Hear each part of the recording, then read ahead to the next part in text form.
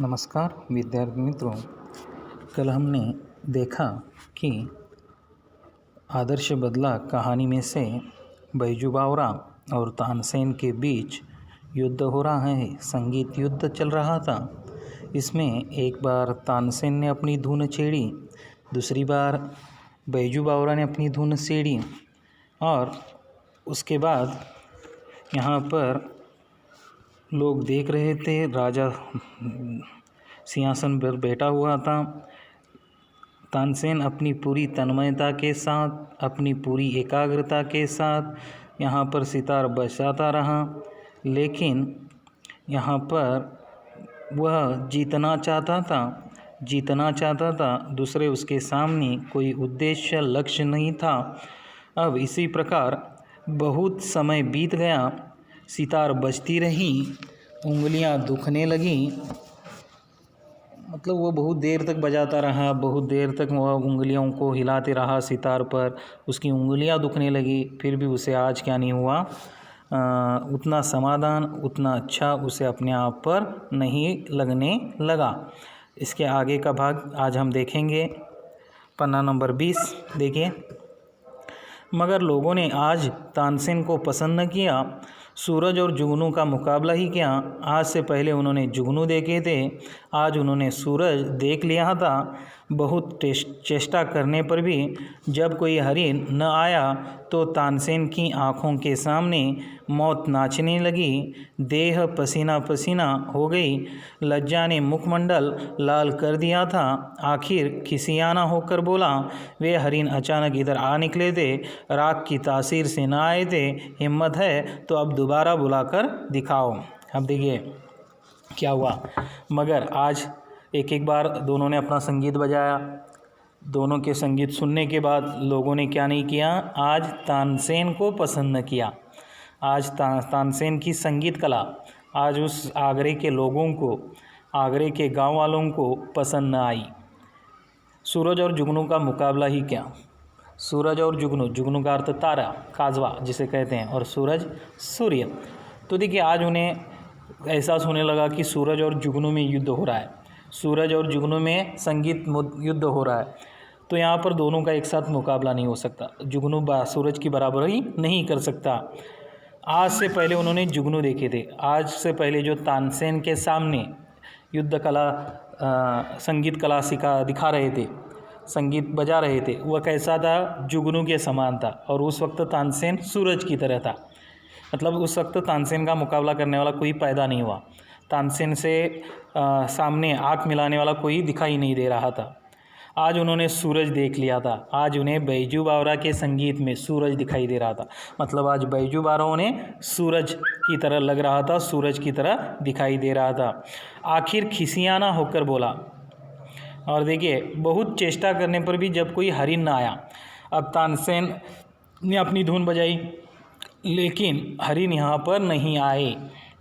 मतलब पूरी तन्मयता के साथ, पूरी जान लगाने के बाद उसने यहाँ पर अपना संगीत बजाया, लेकिन यहाँ पर तानसेन के संगीत पर हरिण न आया। हरिण को वो बुला नहीं पाया। लेकिन बैजू बावरा के संगीत के समय हरिण आ चुके थे।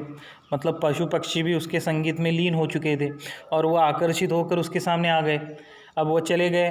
फिर तानसेन ने संगीत बजाया, लेकिन बहुत प्रयत्न करने पर भी तानसेन के संगीत पर हरिण न आए। तो तानसेन को लगने लगा कि अब मेरी मौत सामने आई। उसकी आंखों के सामने मौत नाचने लगी, उसे अपनी मौत दिखाई देने लगी। क्योंकि जो जीतेगा वह दूसरे को दंड देगा, दूसरे को मौत देगा। यह कायदा बना था, यह फैसला बना था। देह पसीना पसीना हो गई। देह का अर्थ है शरीर। शरीर क्या हो गया, पसीना पसीना हो गया। पसीना पसीना हो जाना, यहाँ पर थक जाना, पसीना शरीर पर बहने लगा। मतलब पूरी ताकत से उसने बजाया था। लज्जा ने मुखमंडल लाल कर दिया था। अब शर्म के मारे वह यहाँ पर परेशान हो रहा था। लाल कर दिया था, गुस्सा भी आ रहा था अपने आप पर, शर्म भी महसूस हो रही थी कि मैं एक बैजू से, एक साधु से संगीत हार गया। अब यहाँ पर अपनी बात को बचाने के लिए, अपनी हार को बचाने के लिए उसने और एक दांव खेला और एक पैंतरा डाल दिया। क्या पैंतरा डाला देखिए, आखिर खिसियाना होकर, मतलब गुस्सा होकर, यहाँ पर क्या कर रहा है, वे हरिण अचानक इधर आ निकले। बैजू से कहने लगा तुम्हारी संगीत की वह कला नहीं है, संगीत की साधना नहीं है, वह अचानक ऐसे ही आ चुके होंगे। यहाँ पर राग की तासीर से ना आए, राग की मतलब संगीत की विद्या से वह नहीं आए होंगे, ऐसे ही आए होंगे। हिम्मत है तो अब दोबारा बुला कर दिखाओ। अगर तुम्हें हिम्मत है, तुम्हारे संगीत विद्या पर अभिमान है, तो तुम क्या करो, फिर एक बार बुला कर दिखा दो, तब मैं मानूंगा, तब मैं स्वीकारूंगा कि तुम जीत गए। अब आगे देखिए, बैजू बावरा मुस्कुराया और धीरे से बोला, बहुत अच्छा, दोबारा बुला कर दिखा देता हूँ। बैजू ने यह भी चुनौती तानसेन की क्या कर ली, स्वीकार कर ली, क्योंकि बैजू को अपनी संगीत विद्या पर अभिमान था, यहाँ पर गर्व था, उसे अपनी कला पर विश्वास था, क्योंकि उसने उस विद्या के लिए 12 बरस की तपस्या की है। 12 बरस कोई छोटी चीज़ नहीं होती, तो यहाँ पर 12 बरस की उसने क्या की है, तपस्या की है। और कहा हंसकर, ठीक है, मैं दोबारा बुलाकर दिखा देता हूँ। यह कहकर उसने फिर सितार पकड़ ली। एक बार फिर संगीत लहरी वायुमंडल में रहलाने लगी, फिर सुनने वाले संगीत सागर की तरंगों में डूबने लगे। हरिण बैजू बावरा के पास फिर आए, वे ही हरिण जिनकी गर्दन में फूल मालाएं पड़ी हुई थी और जो राग की सुरीली धुन के जादू से बुलाए गए थे। बैजू बावरा ने मालाएं उतार ली और हरिण कूदते हुए जिधर से आए थे उधर को चले गए।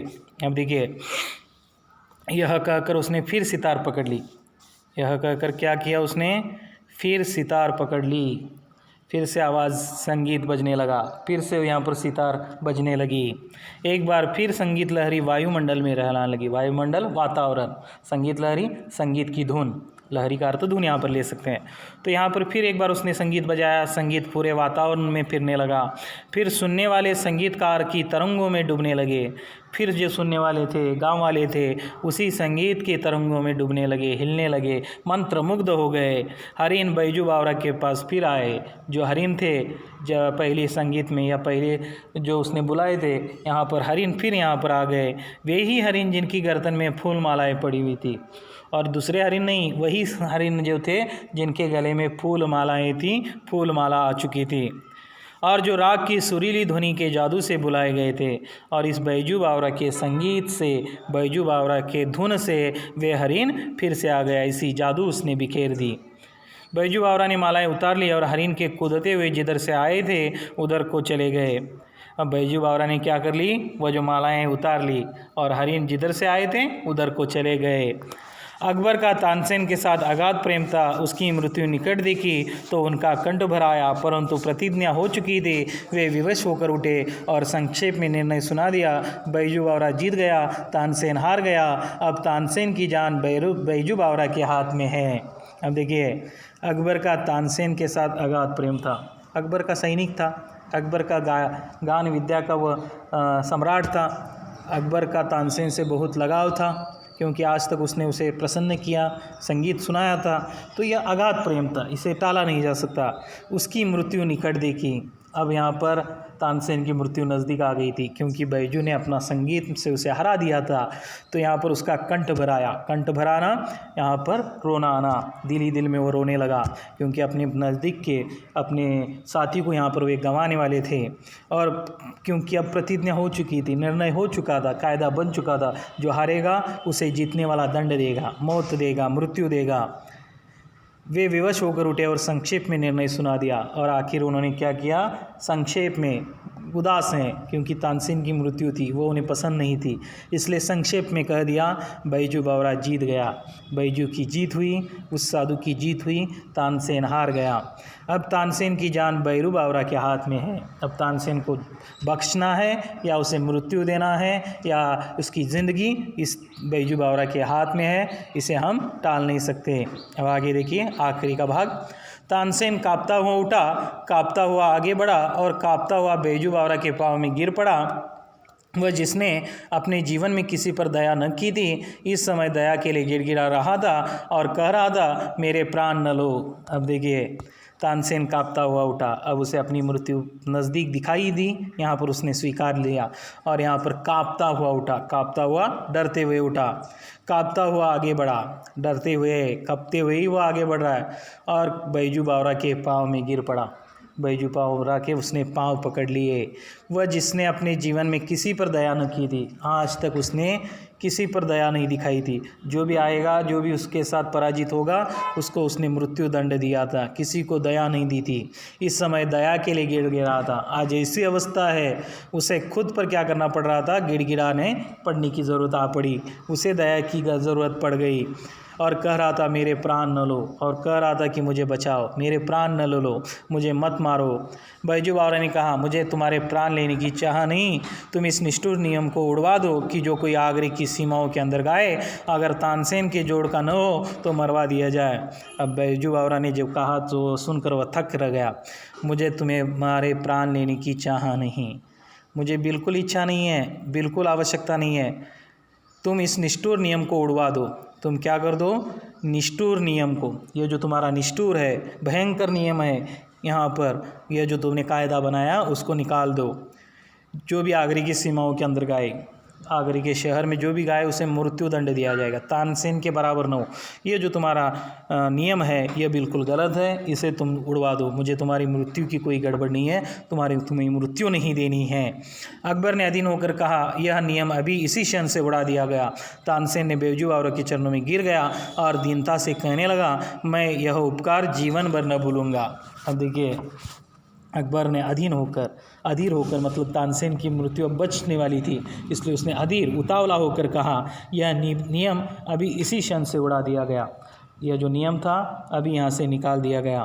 तानसेन बैजू बावरा के चरणों में गिर गया और अपने को बख्शने पर, अपनी मृत्यु दंड से बचाने पर वह उसके चरणों में क्या हो गया, गिर गया और दीनता से कहने लगा, दीनता से, गरीब से, यहाँ पर व्याकुलता से, यहाँ पर नम्रता से कहने लगा मैं यह उपकार जीवन भर न भूलूंगा। और यह जो तुम्हारा उपकार है मुझे बचाने का, मुझे तुमने जो जीवन दान दिया है, इसको मैं क्या करूँगा, यह उपकार जो है वह ज़िंदगी भर नहीं भूलूंगा। बैजू बावरा ने जवाब दिया 12 बरस पहले की बात है, आपने एक बच्चे की जान बख्श दी, आज उस बच्चे ने आपकी जान बख्शी है। तानसेन हैरान होकर देखने लगा, फिर थोड़ी देर बाद उसे पुरानी एक भूली हुई एक धुंधली सी बात याद आ गई। बैजू बावरा ने जवाब दिया, आखिरकार उसने कहा दिया 12 बरस पहले की बात है, 12 वर्ष पहले की बात है, 12 वर्ष जब पूर्वी की गोष्ट है। आपने एक बच्चे की जान बख्शी थी, जान बख्शना जीवन दान देना, तुमने जो जीवन दान दिया था एक बच्चे को 12 वर्ष पहले, आज उस बच्चे ने आपकी जान बख्शी है और वही बच्चा मैं हूँ, उसी बच्चे ने आपकी जान बख्शी है। तानसेन हैरान होकर देखने लगा, तानसेन को आश्चर्य होने लगा कि यह कौन है। फिर थोड़ी देर बाद उसे पुरानी एक भूली हुई एक धुंधली सी बात आ गई और 12 वर्ष पहले जो बैजू बावरा के पिता के साथ उसने जो किया अब उसे पूरी तरह से याद आने लगा। पूरी तरह से उसने क्या किया, उस बात को याद किया और अपने आप पर पछताने लगा। तो जो बदला होता है या किसी पर, यहाँ पर हमें क्या नहीं करना है, जुल्म नहीं करना है, और अगर जुल्म हो भी जाए तो उसे आदर्श बदला सच्चे राह पर लेकर आकर, मौत का बदला मौत नहीं होता, उसे सही दिशा में लाना, जो अन्याय हो रहा है उस अन्याय को हटाना, यही आदर्श बदला कहानी का मुख्य उद्देश्य है। यहाँ पर इस कहानी को समाप्त किया जाता है। इस कहानी के जो स्वाध्याय है पाठ के नीचे दिए गए, पाठ नंबर 21, इस पर से स्वाध्याय आपको पूरे करने हैं। जो जो आपको आसान है, जो जो आप उसे छुड़ा सकेंगे वह छुड़ा लीजिएगा। जो कठिनाइयाँ, जो समस्या है वह हम आगे के तासिका में देखेंगे। धन्यवाद।